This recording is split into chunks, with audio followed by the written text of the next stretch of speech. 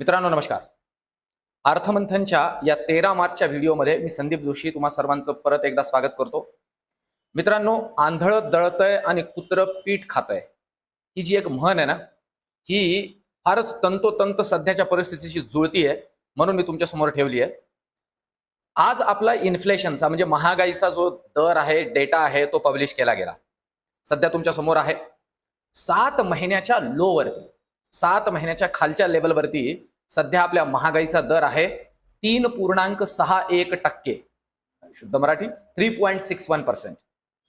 मित्रांनो, एकदम मनापासून आजच्या व्हिडिओला मला तुम्ही कमेंट करा की काय तुमच्या आयुष्यामध्ये तुम्हाला असं वाटतं डे टू डे तुमच्या लाईफमध्ये कुठेतरी महागाई कमी झाली. महागाई इकडेच कमी होते, म्हणून मी म्हटलं आंधळं दळतंय आणि कुत्रं पीठ खातंय, अशी सध्याची ही परिस्थिती आहे. पण आता मुद्दा असा आहे की बाकी काहीही असो, रेट कमी झाला तर आहे. मी कालच्या हिंदी व्हिडिओमध्ये सुद्धा या बाबतीमध्ये प्रेडिक्शन केलं होतं आणि कालच्या मार्केटच्या मुवमेंट नंतर ओव्हरऑल ज्या पद्धतीने काल मार्केटने क्लोजिंग दिली त्याच्यावरनं हे प्रेडिक्ट केलं होतं की महागाईचा दर जो आहे ना, तो कमी होण्याची दाट शक्यता आहे. आता असं आहे, जसं म्हटलं जातं अर्थशास्त्राच्या बाबतीमध्ये की हे जे दर असतात ना, हे फक्त कागदावरतीच कमी होतात आणि त्या पद्धतीने हा होताना आपल्याला दिसतोय. आणि मी नॉर्मली मित्रांनो, तुम्हाला सर्वांना माहिती आहे हिंदी व्हिडिओच्या माध्यमातून सुद्धा की मी जी आहे ती परिस्थिती तुमच्या समोर ठेवतो. तर कागदावरती मित्रांनो, कागदावरती का असा ना, आपला महागाईचा दर कमी झालेला आहे, आपली महागाई कमी झालेली आहे. भले आपल्या पॉकेटमधले बरेचसे कागद आपल्याला खर्च करावे लागतात अजूनही, तर ती गोष्ट आपण थोडीशी बाजूला ठेवत बाजारावरती याचा काय परिणाम होणार आहे. एक तर सगळ्यात पहिला आणि महत्वाचा मुद्दा, याचा बाजारावरती पॉझिटिव्ह इम्पॅक्ट, पॉझिटिव्ह सकारात्मक परिणाम होणार आहे. मित्रांनो, मी जसं लिहिलंय ना की काय उद्याचा बाजार असणार आहे हिरवागार, तर थोडीशी चर्चा करूयात, काही गोष्टी समजून घेऊयात. तत्पूर्वी आता सध्या जे काही चाललंय याच्यामध्ये अजून एक अपडेट रिसेंटली आलाय आणि तो आहे US अमेरिकेचा CPIचा डेटा. त्यांचा सुद्धा महागाईचा दर आजच पब्लिश झाला आणि त्याच्यानुसार तिकडे सुद्धा काही फार विशेष बदल झालेला नाहीये. काही थोडासा 1-2% 0.12% आसपास इकडे तिकडे झालेलं आहे. तर जसं एक्सपेक्टेशन होतं त्यापेक्षा उलट कमी महागाईचा दर वाढलेला आहे. थोडा वाढूनच आला, पण जे एक्सपेक्टेशन होतं त्याच्यापेक्षा कमी वाढला, म्हणून तो चांगलाच कन्सिडर केला जाईल. आणि सध्या जर आपण बघतोय डाव फ्युचर, तर ते पॉझिटिव्ह आहे आणि ठीकठाक आहे, काही फार मोठा इम्पॅक्ट नाहीये. पण आता असं आहे की महागाईचा दर बेसिकली काय आहे याच्यावर थोडीशी मी चर्चा करतो मित्रांनो, कारण काही गोष्टी आपल्याला समजणं गरजेचं आहे. काय महागाईचा दर म्हणजे आपण कसा लक्षात घेतो की वस्तूंच्या किमती वाढतात. मी तुम्हाला सांगतो, वस्तूंच्या किमती वाढणे हा महागाईच्या दराचा परिणाम आहे. महागाईचा दर याचा अर्थ होतो आपल्या पैशांची, मी तुम्हाला म्हणेन आपल्या पैशाची क्रयशक्ती कमी होते.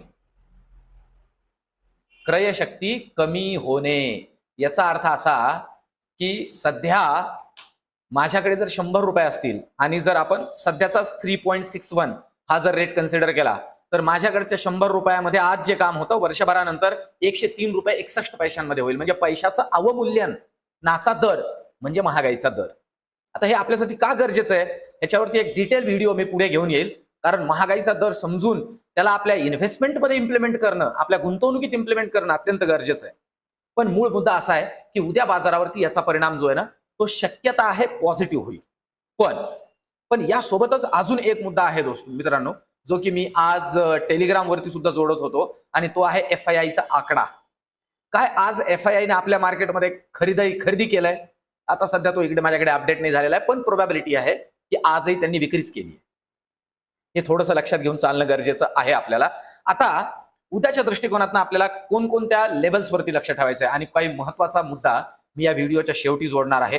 तर शेवटपर्यंत या व्हिडिओमध्ये माझ्यासोबत बनून राहा आणि या चॅनलला आपल्या मित्रांनो सबस्क्राईब करा. मी खूप बढियातल्या बढिया वेगवेगळ्या पद्धतीचे कंटेंट या चॅनलवरती आता घेऊन येतोय. त्याचं माझं प्लॅनिंग चालू आहे. आता जसं हे जे काही मी इकडे एक्सप्लेन करतोय ना, हे हिंदीमध्ये मी नॉर्मली करत नाही. हिंदीमध्ये फक्त निफ्टी आणि बँक निफ्टीवरती चर्चा करतो. पण निफ्टीचा जर विचार करायला झालं तर रेझिस्टन्स आणि सपोर्ट मी तुम्हाला इकडे क्लिअर करतो मित्रांनो. सगळ्यात पहिले आपण रेझिस्टन्स लक्षात घेऊ. पहिला रेझिस्टन्स आहे 22,550. याच्यावरती लक्ष ठेवायचं. याच्यावरती गेला तर हा अजून वरती यात्रा करू शकतो आणि रेझिस्टन्स 2 चा जर विचार केला तर 22,630. याच्यावरती जर निघाला तो 22,700च्याही वरती जाऊ शकतो. निफ्टीची गोष्ट ही झाली निफ्टी. याच्यानंतर जर आपण बँक निफ्टीचा विचार केला मित्रांनो, तर बँक निफ्टीचा रेझिस्टन्स त्या अगोदर निफ्टीचे सपोर्ट लक्षात घेऊयात. निफ्टीच्या सपोर्टमध्ये सगळ्यात पहिला सपोर्ट आहे आजच जिकडे त्यांनी सपोर्ट घेतला होता जवळपास 22,420. हे मी कालही बोललो होतो. 22,420 पहिला आणि याच्या खाली सपोर्ट 2 आहे 22,350. याला जर तोडलं तर तो 300च्या खाली जाऊ शकतो. हे रेझिस्टन्स आणि सपोर्ट निफ्टीचे. बँक निफ्टीचे रेझिस्टन्सचा जर आपण विचार केला तर निफ्टी बँकमध्ये मी तुम्हाला सांगेल आपल्याला लक्षात ठेवायचे आहेत.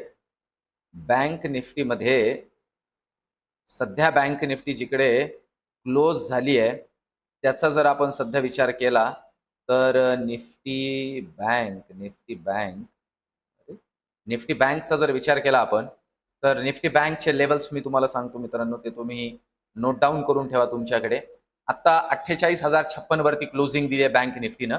तर जो रेझिस्टन्स आहे पहिला तो आहे 48,150 आणि रेझिस्टन्स 2 आपण 48,270 कन्सिडर करूयात. सपोर्टचा जर विचार केला तर 48,930 आणि सपोर्ट 2 आहे 48,770. याच्यावरती लक्ष ठेवायचंय बँक निफ्टीसाठी. जर निफ्टी मिड कॅपचा विचार केला, निफ्टी मिड कॅप बघा त्याच लेवलवरती येऊन बसलं ज्या लेवलवरती काल आपण चर्चा केली होती. निफ्टी मिड कॅप मध्ये जरुरी आहे 48,000 मिड कॅप निफ्टीमध्ये पहिला रेझिस्टन्स 1 48,570 आणि 48,730 आणि सपोर्टचा जर विचार केला तर 48,400 पहिला आणि सेकंड मध्ये 48,270. याच्या खाली गेल्यानंतर तो अजून खाली जाऊ शकतो. हे झालं मिड कॅप निफ्टी. आणि स्मॉल कॅप निफ्टीचा जर विचार केला आपण तर स्मॉल कॅप निफ्टी मध्ये 15,000 ही पहिली लेवल आहे. याची रेझिस्टन्स मध्ये विचार करूयात पहिले तर 15,130 पहिला आणि रेझिस्टन्स 2 मध्ये 15,200 आणि खाली जर विचार केला सपोर्ट मध्ये सगळ्यात पहिले 15,000 आणि सपोर्ट 2 मध्ये 14,900. या पद्धतीने आपल्याला लक्षात ठेवायचे लेवल्स वेगवेगळ्या इंडायसेसच्या. आता उद्याच्या दृष्टिकोनातनं मी अगोदर तुम्हाला काही गोष्टी तुमच्यासमोर मांडतोय. तर आज रात्री अमेरिकन मार्केट काय करतं ते एक जरा महत्वाचा मुद्दा आहे. FII विकतोच आहे. उद्या सध्या मी परत एकदा सांगतो, जोपर्यंत टॅरिफ वॉरचा हा जो प्रॉब्लेम चालू आहे हा सॉर्ट आउट होत नाही ना तोपर्यंत एक टांगती तलवार आहे. तर वरच्या लेवलवरनं प्रॉफिट बुकिंग होतीये जशी आज पण झाली. तर आपल्याला लक्ष ठेवायचं तसं आपल्या मार्केटच्या दृष्टिकोनातून बऱ्याचशा गोष्टी पॉझिटिव्ह आहेत सध्या. तर प्रोबॅबिलिटी आहे वरती जर आपण रेझिस्टन्स लेवल ब्रेक केला तर एक चांगला वरचा मूव्ह उद्या मिळू शकतो. लेवल पकडून काम करायचं. सगळ्यात महत्वाचा मुद्दा उद्या आहे निफ्टीची एक्सपायरी. तर एक्सपायरीच्या पॉईंट ऑफ व्ह्यूनं तुम्हाला ट्रॅप करायचा प्रयत्न केला जाऊ शकतो. तर त्याच्यावरती लक्ष ठेवा. टेलिग्राम वरती रिअल टाइम माझ्याशी जोडले जा. त्याच्यावरती मी रिअल टाइम तुम्हाला गोष्टी सतर्क करत असतो की बाबा इथे थांबा, इथे लक्ष द्या, इथे डेटा बदलतोय, इथे हे होतंय. तर त्याच्यावरती माझ्याशी जोडले जा. आजचा हा व्हिडिओ हे अनालिसिस तुम्हाला कसं वाटलं मला कमेंटमध्ये जरूर कळवा. आणि सोबतच व्हिडिओला लाईक करा आणि चॅनलला सबस्क्राईब करा मित्रांनो. आणि या चॅनलची लिंक आपल्या मित्र परिवार आपल्या ग्रुपमध्ये शेअर करा. भेटूयात उद्याच्या व्हिडिओमध्ये. धन्यवाद.